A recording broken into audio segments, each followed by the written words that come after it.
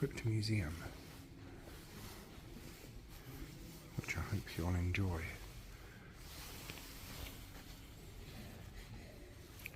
Crypt Chapels Museum. Not sure if this will be a one or two parter.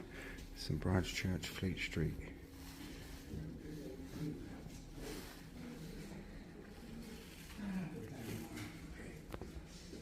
I did say to you that there's been a place of worship on this site for a long time. And we shall go. Panoramics of the modern city, followed by old ones. This is the 1616 view of London that we saw inside All Hallows by the Tower. This is where we are.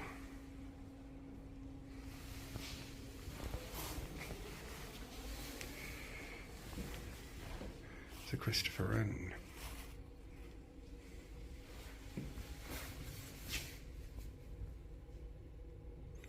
Hurrah. Thank you for supporting St Bride's. So glad you like it. I should imagine you would have said it in more old-fashioned terms than that, but that's okay. 1842. So this is good. We get historical images as well as a tour.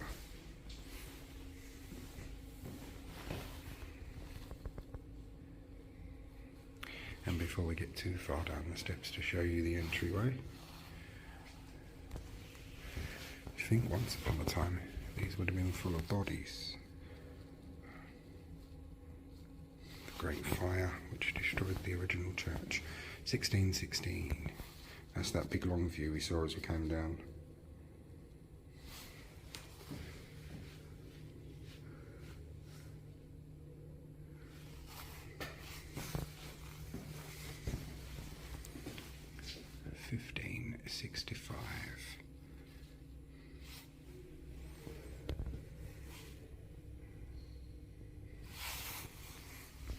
And in we go.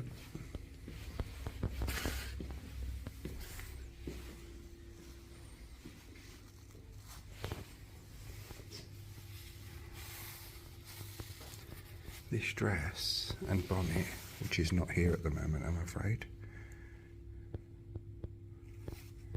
display is presently being cleaned and conserved and will be reinstated very soon.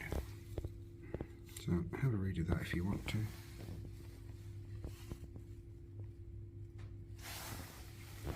Christ, it's warm down here.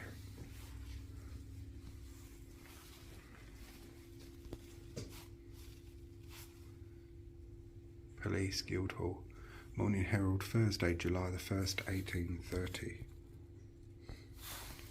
Photographs being taken as we go along this one. Welcome to the Crypt, main Crypt, Chapel and Exhibitions of St Bride's.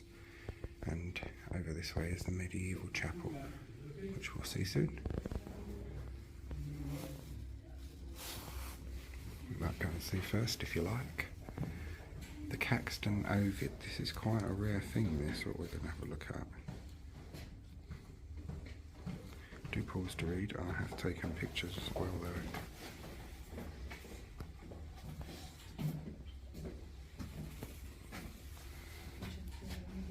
Hand-illuminated medieval manuscripts. Some of them are really beautiful, look.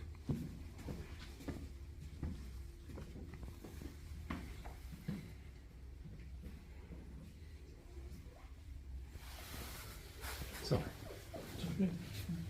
Thank you. And I think we'll go and have a look at this bit. Phoenix of Fleet Street. Crypt at St Bride's spans 2,000 years of the country's history, spiritual, political and social.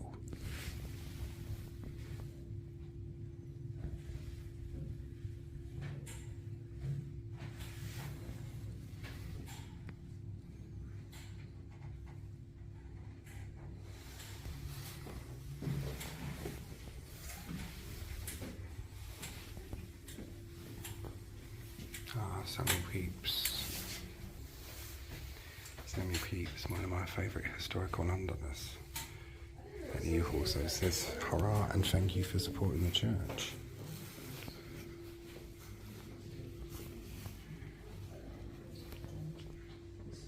Sorry about the flickering, it is the lights, there's not much I can do about that, I'm afraid.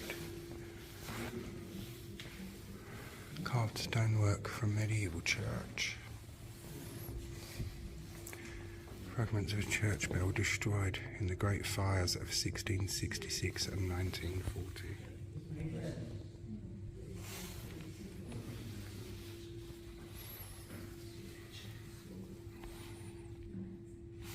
Fragments of church bell destroyed 1666 and 1940. Stonework from the medieval church damaged by the heat of the Great Fire of 1666. You can see the burning on that, look. Child material excavated from the Great Fire level.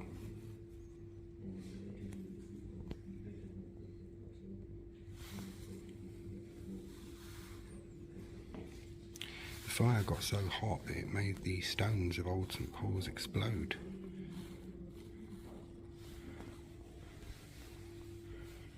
Roman period, 1st to 5th centuries.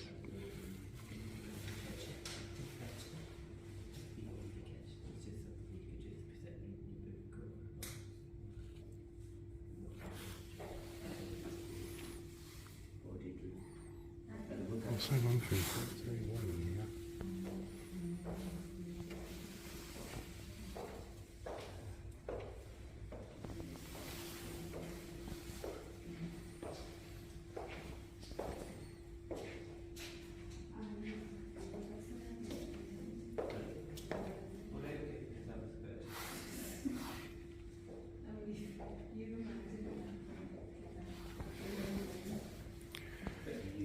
Carving of the arms of the Worshipful Company of Haberdashers from a monument in the pre-1666 church.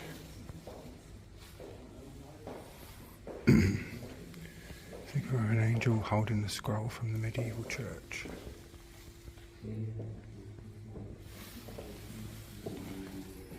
Roman coins, 3rd century.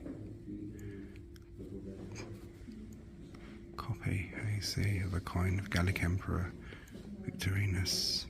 Copy, AD 270 to 80 of a coin of Gallic Emperor Tetricus, and a badly made copy of a late 3rd century coin.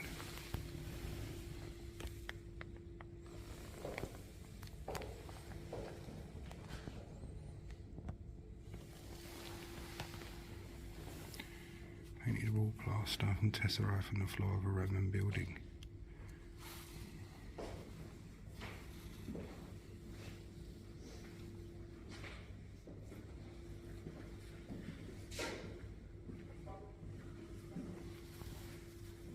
Bone hairpin.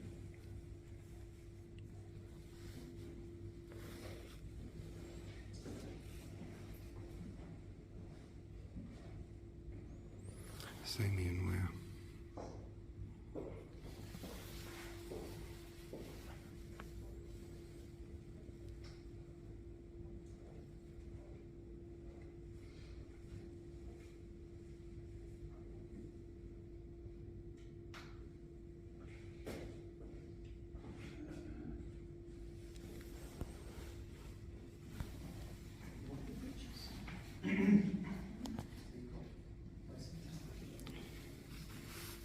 Oyster shells. Oysters were a popular food in Roman times. British oysters were famous. Shells are common finds on Roman sites. Even up into Victorian times, oysters were a big... they were the fast food of their day. They were basically like the chicken and chips of their day.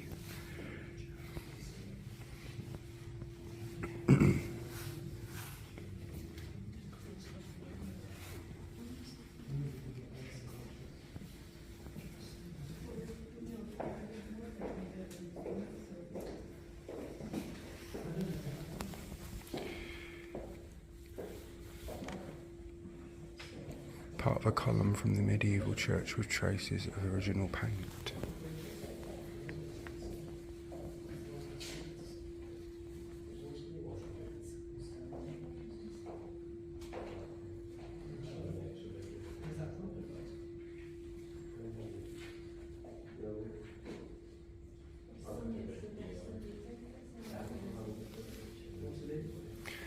Fragment of an 11th century font and carved Portland stone crown from the church.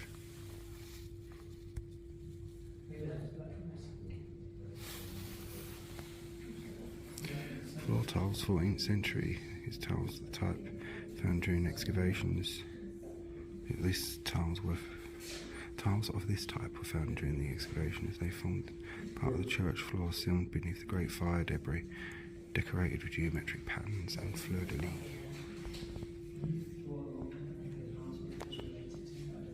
Pretty much, not much of a muchness, because they're beautiful objects. It would be an insult to call them that, but a lot of the churches of medieval times had those.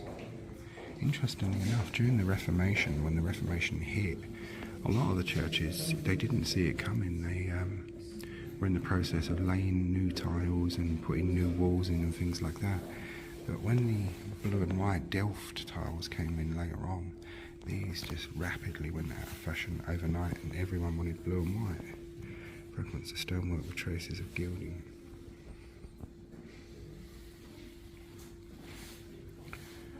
Decorated glass in the clerestory window. Oh, that's beautiful. Fragments of carved stonework from the early church. Decoration include grapes and vine and leaves, perhaps an allusion to the name of William Viner, warden of the Fleet prison, who is said to have contributed to the cost of the rebuilding of the nave in about 1480.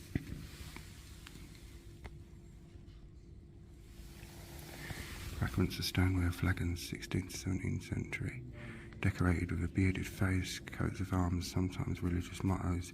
Jugs like these were imported in large numbers from Cologne and parts of the German Rhineland, and were used to hold wine. They're known as Bellarmine jugs, these. Named after a Cardinal Bellarmine. Fragments of stove tiles, 16th century.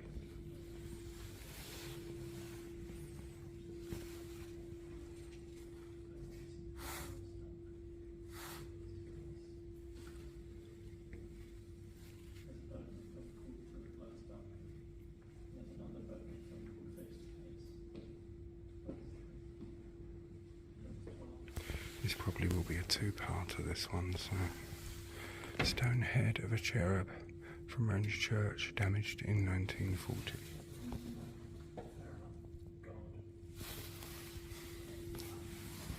Apothecary's jar, 18th century. Chinese porcelain cup, 18th century.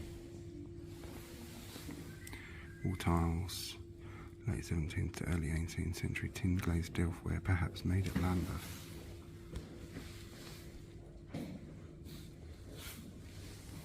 Fragments of wine bottles, late 17th century, more Bellarmines, and clay pipes, clay tobacco pipes, with dates and that. But these were basically the cigarette butts of their day.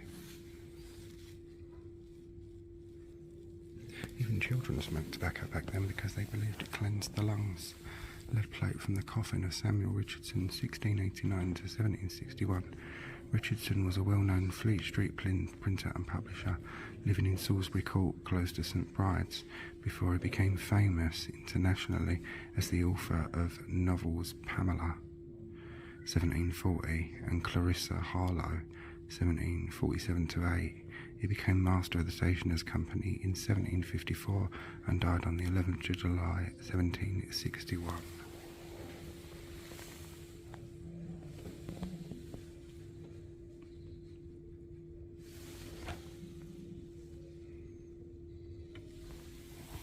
Iron candlestick marked PB. Plaster model for a roof carving in the church was rebuilt after the Second World War. See, when they did rebuild, they tried to be as faithful to the original design as they could. Pewter plate inscribed St Bride's Charity School, 1829, made for use by pupils at the parish school, later used in the church as an alms dish. You see the charity school boys and girls upstairs. That's where they would have probably been up on the St Bride's Charity School. Iron cast spout from St Bride's pump. Pump continued to provide water from St Bride's Wheel until it ran dry on the occasion of George IV's coronation in 1821. George IV, one of England's more unpopular kings, key from the door of Wren's church.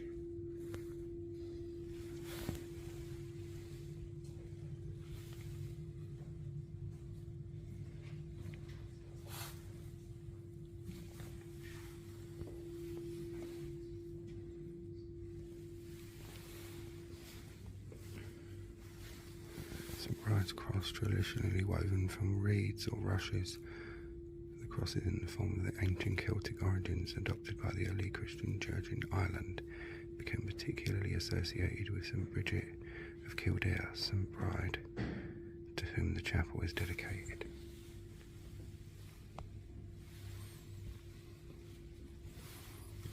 And this is the Crypt Chapel of St Bride.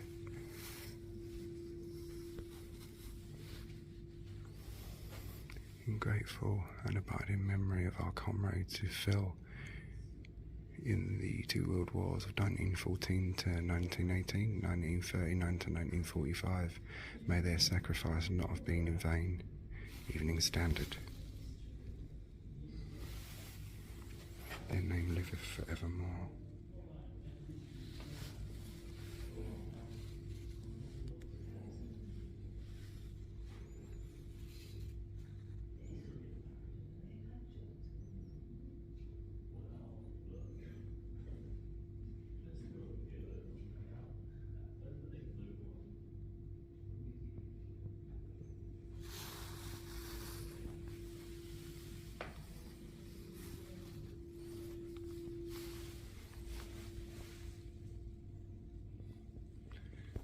That what we're looking at there is a Roman pavement.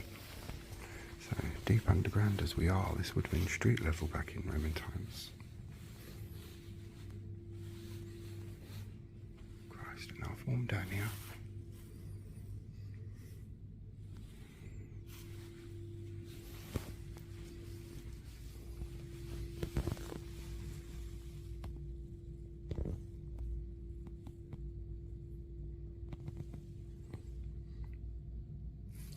I'm taking photos of these so they'll feature in the memorials bit.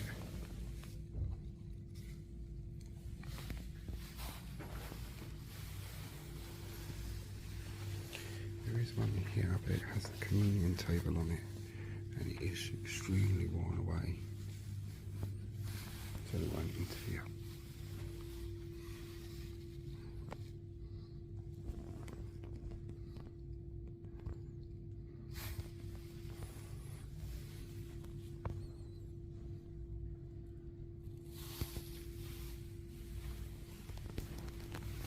And if you walk behind the altar table, which you are allowed to, you go to the 11th century.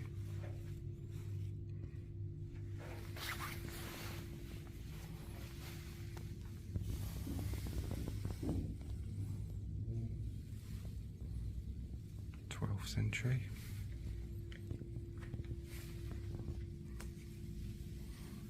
And they even provide a mirror for you to see. Roman period. And that's the Roman pavement.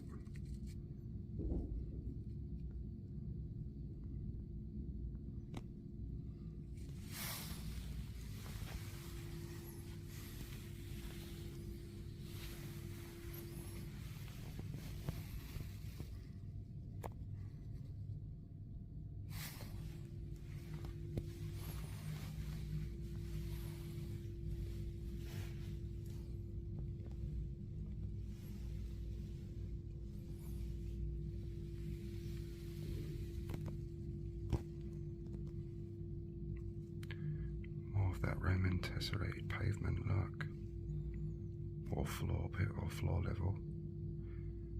This would have been the floor of the temple. Roman pavements were generally not made from tessellated tiles, so this is fascinating. You think this would have been the heart of Roman London, this, a temple.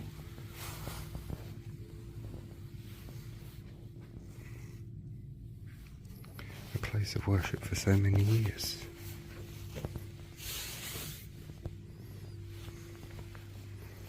We respectfully leave the chapel of St. Bride in the Roman era behind.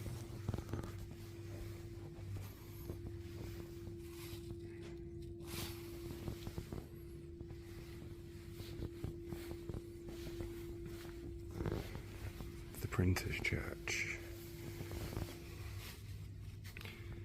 1476, William Caxton set up the first printing press in England in the precincts of Westminster Abbey.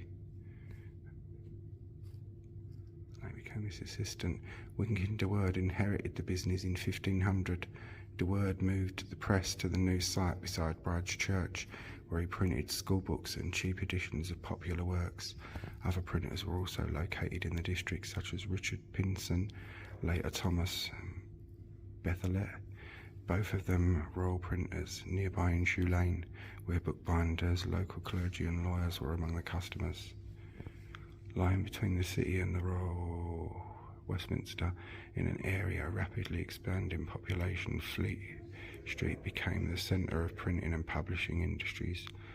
Occasional news books appeared during the 17th century, and in 1702 London's first regular daily newspaper, the Daily Courant, was published next door to the King's Arms Tavern at Fleet Bridge.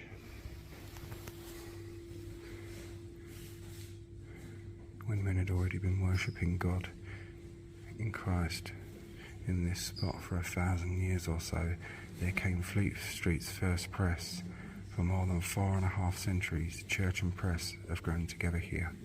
The Oxford Lecton Bible was designed by the American Bruce Rogers in the centre typeface, which is inspired by Nicholas Jensen's 15th century Venetian typeface and created by the Monotype Corporation, formerly of this parish, symbolises how this happy association continues. Words mould the minds of men. St. Bride stands for the reconciliation of all our words with the word that is God. Let the words of my mouth and the mediation of my heart be always acceptable in the sight of the Lord, my strength and my Redeemer. Psalm 19, 14, 15.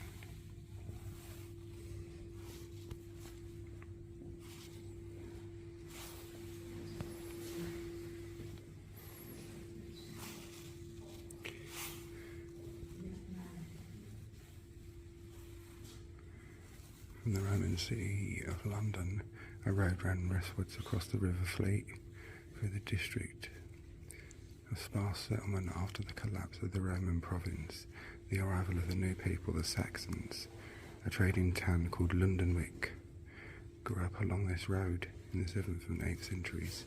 It stretched west as far as Trafalgar Square. It is possible that some of the existing churches in this area were first established to serve the Saxon town.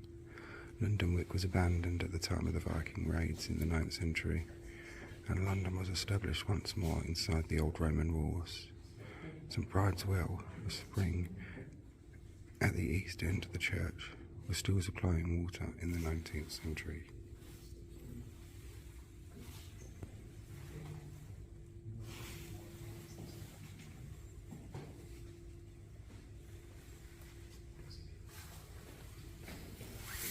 Excavations by the Museum of London Archaeology Service in 1985 revealed traces of Saxon town on the Strand.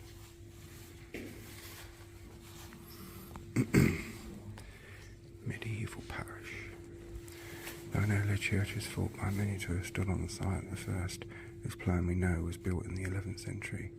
The parish stretched eastwards across the River Fleet, almost to the city wall at Ludgate, and north to Fleet Prison, who straddled Fleet Street, the road which led west to the Royal Palace at Westminster. Fleet Street housed nobles and important churchmen. Around St. Bride's there were the houses of the Bishop of Salisbury and St. David's, and for 5 wealthy abbots. The parish also had its various taverns and industries. In particular, there were tanners, cutlers and tile makers, and a great number of parishioners who paid for the improvement to the church.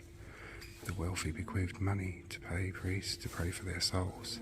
The less wealthy joined the parish guilds to provide similar benefits. The Guild of St Brides was confirmed by Edward III in 1375, and 100 of its members still serve the church. Remains of Fleet Prison. The Guild of St Brides was reinstated by the Reverend Cyril Armitage when the church was restored. This medallion is worn by the master, members of the court living them in ceremonial occasions. It embodies the flame-coloured emblem of the perpetual fire of St Bride, with the Celtic cross at its centre, encircled by a motif of grapes and vine leaves, the decorative theme of the church in the Middle Ages. Surmounting the medallion is a representation of a curfew bell, metal from which is included in its present-day bell.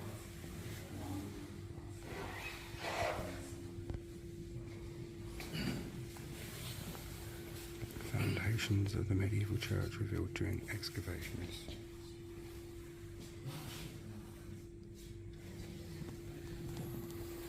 Here we have the Tudors. By the early 16th century, printing industry was established in Fleet Street. It was the royal printer, Richard Grafton, who printed the first officially approved English language Bible in 1539 for Henry VIII, and Cranmer's Book of Common Prayer in 1549. Thomas Bethelat, printed to the king between 1529 and 1547, was buried in St Bride's in great pomp. His funeral was attended by all the crafts, the printers, booksellers and stationers. Henry VIII built a new palace at Bridewell, south of the church, on land once belonging to the Knights of St John, but later showed a preference for his other palaces. In 1553, Edward VI, at the behest of the Lord Mayor and Bishop of London, handed Bridewell over to the city to serve as a house of instruction for the children of the city, later Bridewell School, now the King Edward School, Whitley. St Bride's reflected religious changes of the 16th century. John Cardmaker, once a friar, became St Bride's in 1543 in the days of Henry VIII, only to be arrested and burned as a heretic in the time of Queen Mary.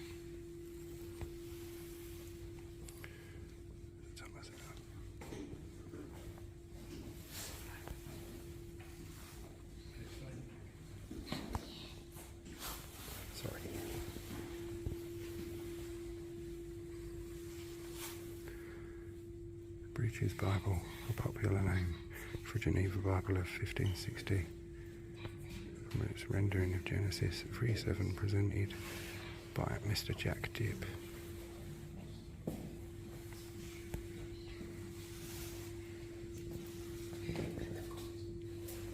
It's quite a rare thing.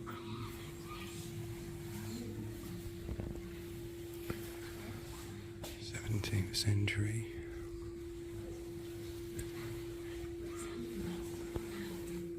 Which was spoken by Oliver Cromwell when he dissolved the Long Parliament.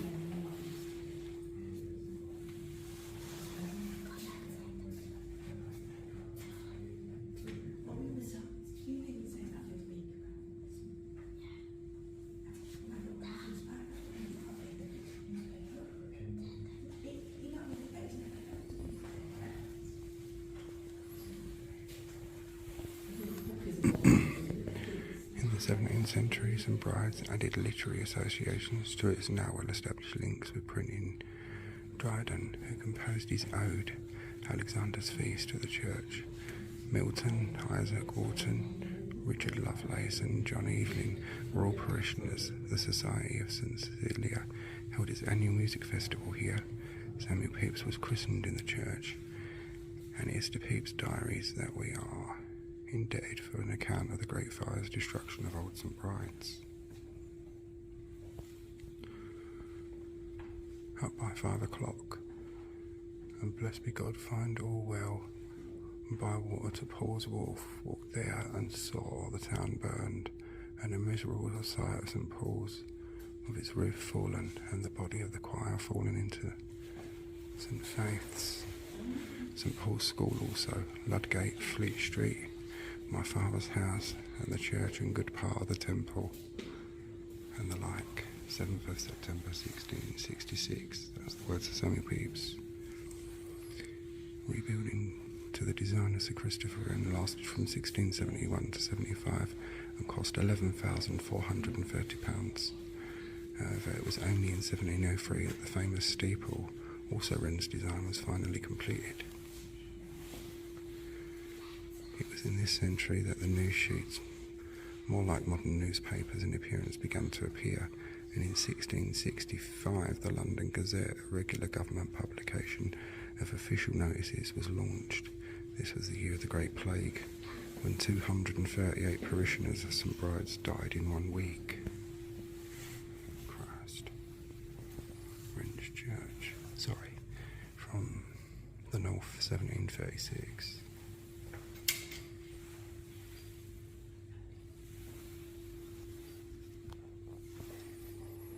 The 18th century. By the 18th century, only the long-established booksellers, stationers, map and print sellers could afford the premises in Fleet Street. Increased rents gradually forced the printing and publishing trade away from the main thoroughfare. This move made for retailers of luxury goods such as jewellery, watches, clocks, china and glass, as well as scientific instruments. In the alleys, courts and lanes off Fleet Street, there was much printing activity. Small printing offices produced everything from broadsheets to Bibles. On the upper floors, skilled compositors arranged the type ready for the pressmaster downstairs, who undertook the inking and printing.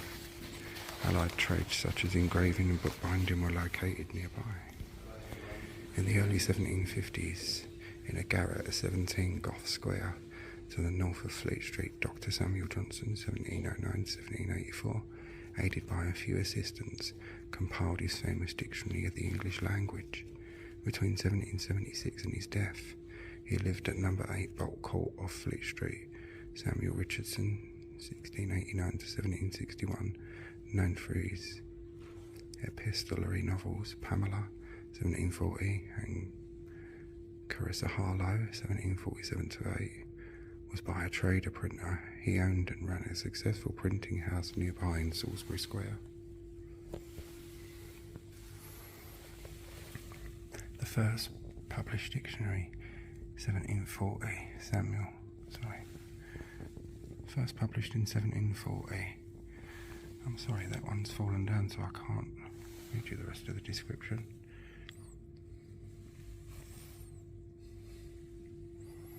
I've got Pamela.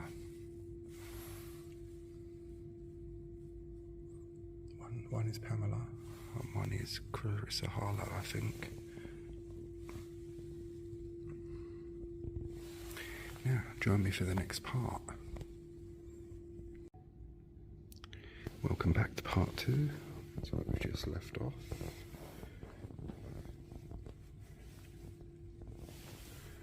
Trade card showing a rare engraving sold by Fleet Street print seller circa 1760. Samuel Johnson, with his Dictionary of the English Language, engraved by Baker after a painting by Reynolds in 1756. I did cover Dr. Johnson's house a while ago, possibly over a year ago, so if it's something that you would like to see again, if you're new to the page or you want to refresh, just let me know in the comments section and I'll get that sorted for you. 19th century. During the 18th and early 19th centuries, newspapers with limited and localised distribution were being produced in Fleet Street area. Famous titles such as the Daily Universal Register, 1785, soon renamed the Times, and the Observer, 1791, had already been founded. In 1814, John Walter II increased the speed of printing newspapers by introducing steam-driven cylinder presses at the Times. The repeal of the stamp duty on newspapers in 1855 marked an important turning point for the industry. That's what made newspapers available to the masses, really. Fleet Street, lying conveniently between the key financial and political areas of London, became the centre for newspaper and periodical publishing. Many new mass market titles, some costing as little as a penny, were launched from here. The electric telegraph made home and foreign news gathering faster, and more efficient distribution was improved by the growing railway network. You've got a cylinder newspaper press with a sheet fed by Aho, 1857.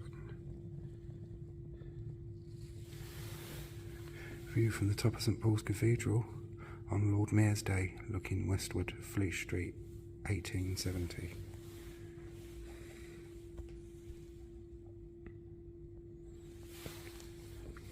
Punch, title page, 1852. I think we may have seen this one in the Punch Tavern, one of their pictures. It's nice to have that link between a pub and this church, isn't it? Spirits of a different kind. The Northcliffe Revolution, 1890 to 1920s. The 1890s saw the emergence of popular magazines and newspapers aimed at a new, much larger market. The targeted reader was the ordinary person. Alfred Harmsworth's Daily Mail, first published in 1896, was the most successful of these new popular newspapers. It featured bold headlines, lively journalism and many illustrations. Harmsworth, later Lord Northcliffe, exploited the latest printing and news-gathering technologies in linotype printer, typewriter and electric telegraph. He launched the tabloid Daily Mirror in 1903, and in 1908 he bought out and quickly revived the Times, becoming Fleet Street's first newspaper tycoon. By the first decades of the 20th century, Fleet Street was the centre of the nation's press and also a centre for the world media. Rivaling New York, it became the aspiration of ambitious young journalists to work here. Transporting rolls of paper to the Daily Mirror, 1905. Alfred Harmsworth, Lord Northcliffe, 1865 to 1922, reading a copy of his successful newspaper Daily Mail, 1897.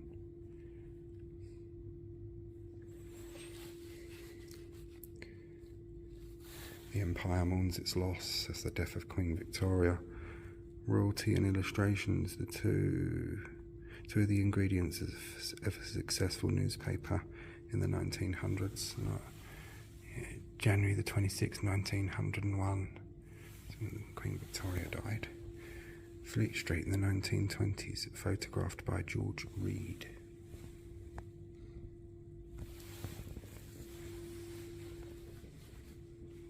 End of Ink Street, the 20th century. During the first half of the 20th century, newspaper readership levels and advertising revenue grew steadily. By 1947, the Daily Express and Daily Mirror both had circulation of nearly 4 million. Concentrated in and around Fleet Street were the buildings of the major national newspapers, including the Daily Telegraph, the Times, the Daily Mail. In addition, there were many news and photo agencies and also the offices of many specialist provincial and foreign magazines and newspapers. The introduction of the new electronic printing technology in the 1980s, which made the skills of many print workers obsolete, brought already uneasy relations between managers and print workers to a crisis point. Simultaneously, newspaper owners decided to abandon their cramped and expensive sites for cheaper locations elsewhere in London. With the departure of several newspapers from Fleet Street in the 1980s, central London lost its last great manufacturing industry. Developers moved in to create prime office space. Fleet Street had entered a new era. Yes, hadn't it just? Daily Telegraph's grand news facade, built in an Egyptian classical style in 1929, Daily Express nearby premises were also impressively rebuilt in 1932 in a modernist, streamlined style. Fleet Street, circa 1930, as portrayed by C.R.W. Nevison in Amongst the Nerves of the World oil painting.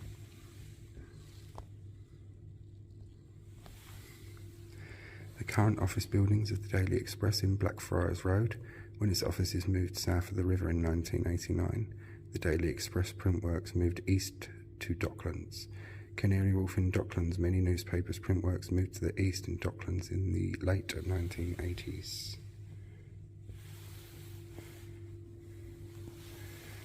Number 85 Fleet Street. Reuters, the world's news and information organisation, was founded in London in 1851. The company's first office was at the Royal Exchange Building in the City of London. It moved to Carmelite Street near Fleet Street in 1923. The present headquarters of both Press Association and Reuters, adjacent to St Bride's Church, 85 Fleet Street, were opened in 1939. The building was designed by Sir Edward Lutyens.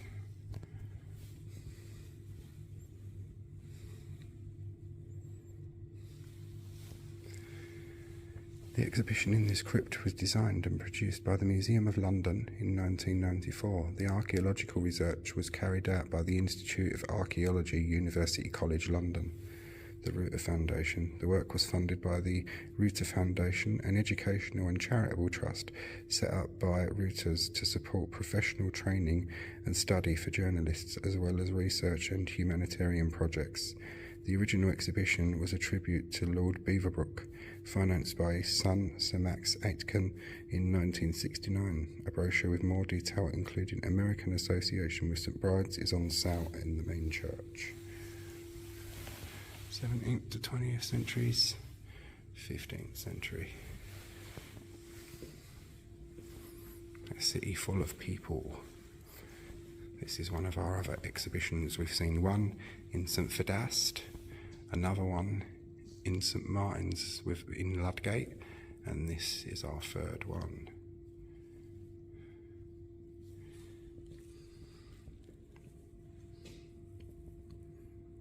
Pause to read if you want to. I'll stay on this for a few minutes so you can read if you want.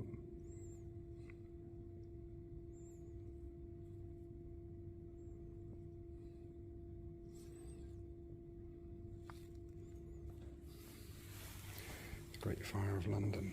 I'll just do this with you a sec so I can photograph this. So if you happen to come back down here then and take separate photos.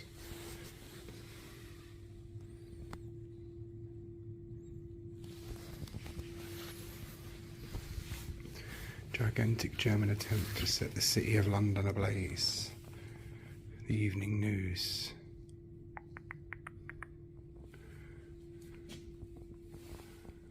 December the 30th, 1940.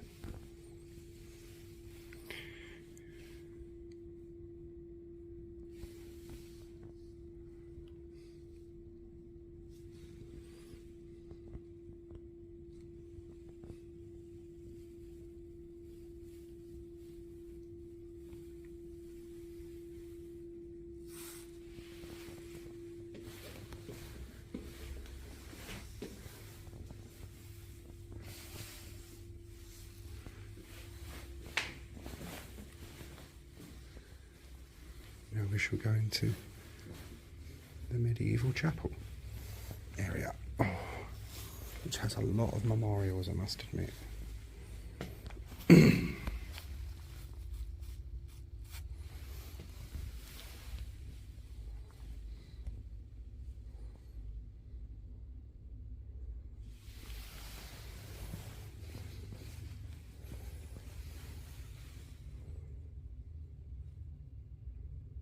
These are all the memorials that came from up in the church,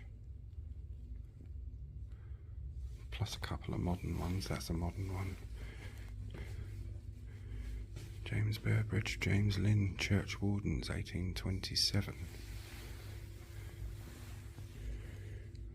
John MacArthur of this parish, who died October the 26th, 1825, aged 65.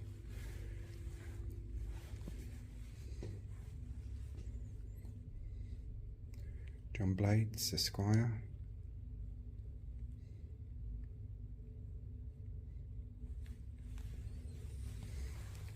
Robert Obar, Esquire, formerly of this parish, departed this life at his residence in Paragon, Blackheath, on the 9th of March 1873, aged 83. Member of the Court of Common Council for 41 years, Deputy of the Ward of Farringdon Without from 1843 1863 to 1868.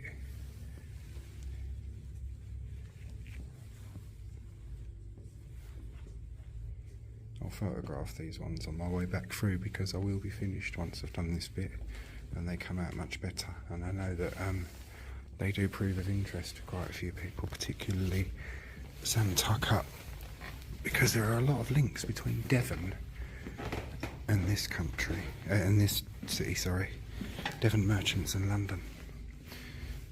And here we have something on the slightly morbid scale, which appeals to me greatly.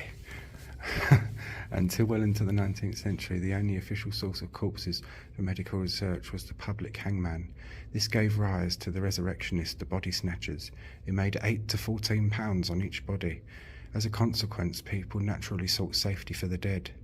This taxed the ingenuity of inventors. One answer was an iron coffin, which had a flange which engaged with spring clips in the lid. The coffin below fulfills the specification of a patent issued in 1818 to Edward Bridgman of Goswell Street Road. As was not infrequent at this period, it was covered with silver foil. In 1820, churchwardens at St Andrew's, Holborn, refused churchyard burial to an iron coffin. The body was taken out and buried. This led to a lawsuit. The judgment was such that coffins could not be refused, but since they took so much longer than wooden ones to disintegrate, much higher fees could be charged. Of course they could. This no doubt contributed to the relatively short time for which iron coffins were used. G&J Offer, mentioned in the advertisement, traded at Tower Hill from 1805 to 1825. Footnote: Burke and Hare, who became notorious for murdering people before resurrecting them, were hanged in 1829. The advertisement reproduced here is from Peter Jackson collection. Safety for the dead. Approbation of the Board of Works. And here we have the iron coffin. And this is one that was actually used and found in this church, or its churchyard. So yes, there would have been someone in this one. See the iron flange and the clips? When that's shut, it is nigh on impossible to get the body out. And some of these coffins would have devices in the side so they could be pegged into the ground with big iron pegs as well. So there you have it. Wall tablet to the memory of James Mullins, Royal Surgeon, 1686. Near this place lies the body of James Mullins, Master of Chirurgery. A chirurgeon was a royal surgeon. That's the ones who used to embalm them as well after they died. And Doctor of Physic, servant to their Majesties King Charles II and King James II, a man of strong judgment and ready wit, skillful, compassionate and honest in his profession, whose family for many generations has produced men very eminent in the art of chirurgery. He died February the 8th, 1686, aged 57.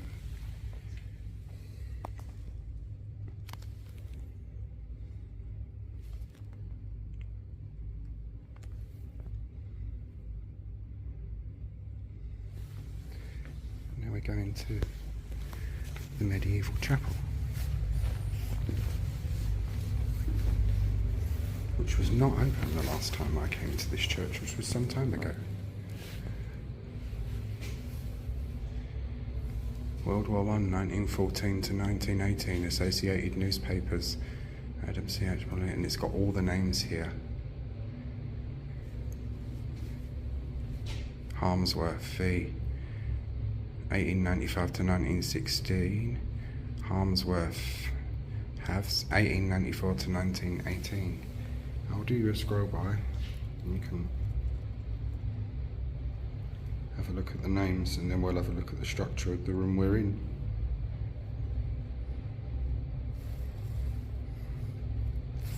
It is a medieval structure with very much a modernist twist.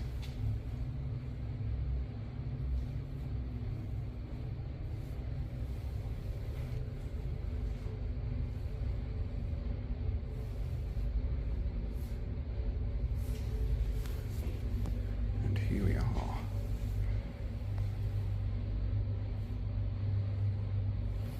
The room that we are in with its medieval vaulting. This survived the Great Fire, thankfully, and it's really the only original part of the old church that's left.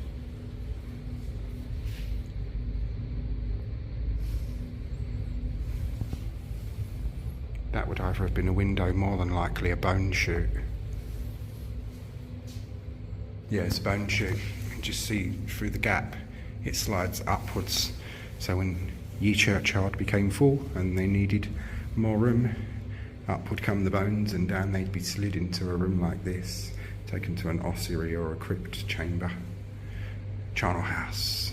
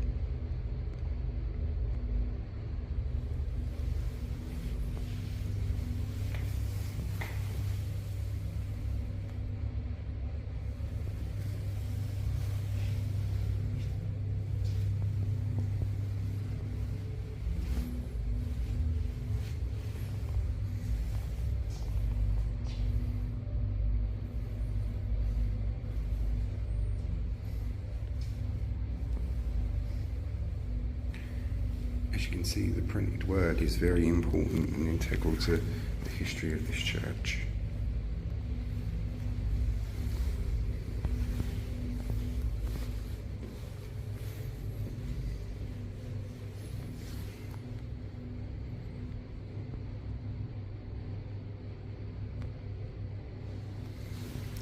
Hope you've all found this interesting, ladies and gents. Thanks very much for watching.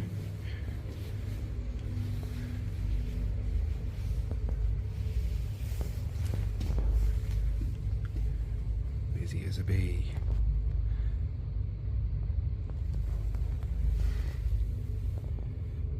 Theft-proof coffin, and I'll end us off on something a little less morbid.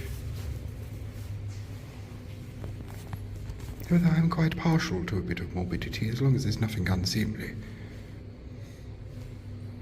Right, hope you all enjoyed this one, and thank you very much for watching. Give us a few minutes for any private thoughts or prayers of your own.